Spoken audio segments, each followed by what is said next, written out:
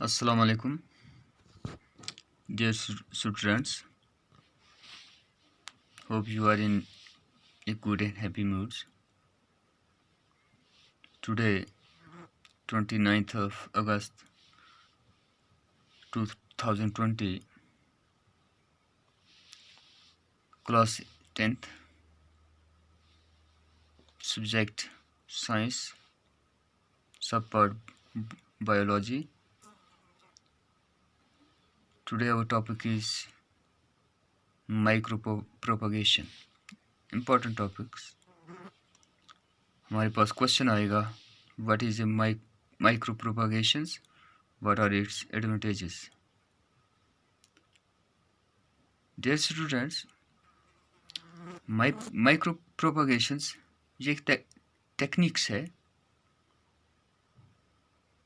जिस टेक्निक के ज़रिए, जिस प्रोसेस के ज़रिए हम प्लांट सेल को कल्चर करते हैं in the lab. Plant cell को या टिश्यूज को या उसके ऑर्गन को कल्चर करते हैं लेबॉर्ट्री में, और फिर हम एक आर्टिफिशियल प्लांट्स तैयार करते हैं। तो इसी अमल को माइक्रो प्रोपगेशन कहा जाता है। यानी क्या है? This method is based upon the tissue in the cell culture technique. Tissue और सेल कल्चर टेक्निक्स की बुनियाद पर होता है। मैं थोड़ा याद दिला दूँ, यानी सबसे पहले जो आर्टिफिशियल प्रोसेस के ज़रिए साइंसदानों ने एक शीप जूनी डॉली को लेबॉर्ट्री के अंदर बनाया था, टिश्यू कल्चर टेक्निक है। तो इसी तरह प्लांट्स के अंदर भी कई तरीके के नए नए प्लांट्स यानी माइक्रो प्रोपगेशंस मेथड के तरीके से बनाए जाते हैं। कैसे बनाए जाते हैं?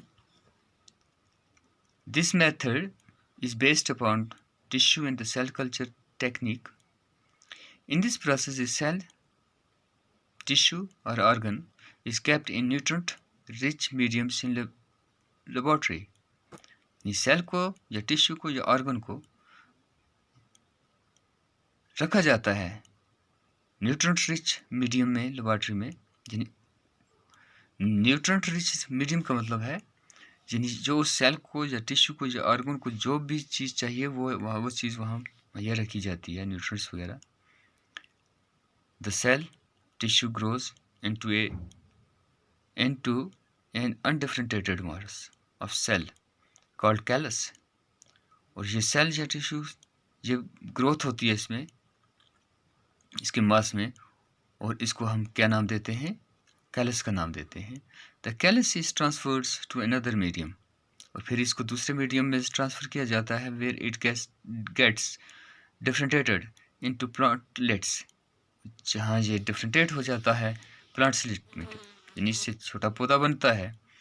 The plantlets are transported to the soil, और फिर इस प्लांट को सॉइल में ट्रांसपोर्ट किया जाता है।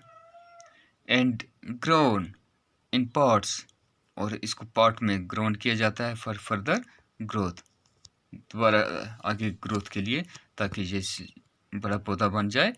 और इसी प्रोसेस को माइक्रो प्रोपगेशंस कहते हैं। अब इसके एडवांटेजेस क्या है? ये प्लांट जो होगा ये डिजीज़ फ्री प्लांट होगा, यानी इसको कोई बीमारी नहीं लगेगी। क्विक मीन ऑफ रिप्रोडक्शन, और इसके अंदर रिप्रोडक्शन जो होगा वो बहुत क्विक होगा। तो इसी अमल को माइक्रो प्रोपगेशन कहते हैं। मैं रिपीट करता हूँ, micro propagation, this method is based upon tissue and cell culture technique. In this process, a cell, tissue or organ is kept in nutrient-rich medium in laboratory. The cell, like tissue, grows into an undifferentiated mass of cell called callus. The callus is transferred to another medium where it gets differentiated into plantlets. The plantlets are transported to soil and grown in pods for further growth. Advantage क्या है इसका? Disease free plant, quick means of reproductions. Hope the best. इंशाल्लाह next topic के साथ हाजिर होऊंगा। कल। बाकी वस्सलाम।